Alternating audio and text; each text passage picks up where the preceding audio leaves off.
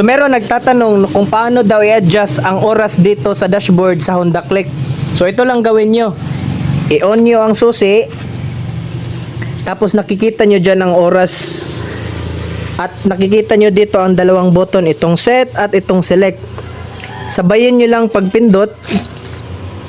Sabayin nyo pagpindot. Tapos antayin nyo na mag-blink ang oras.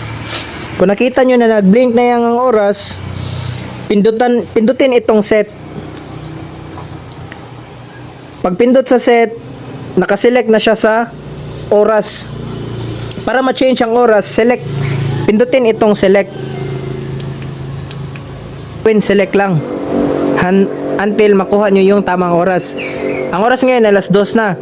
So alas 2, select lang kayo hanggang makuha nyo ang tamang oras. So ito ay nakuha na natin.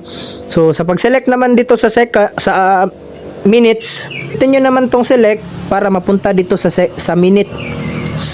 Set. Pindutin nyo ang set.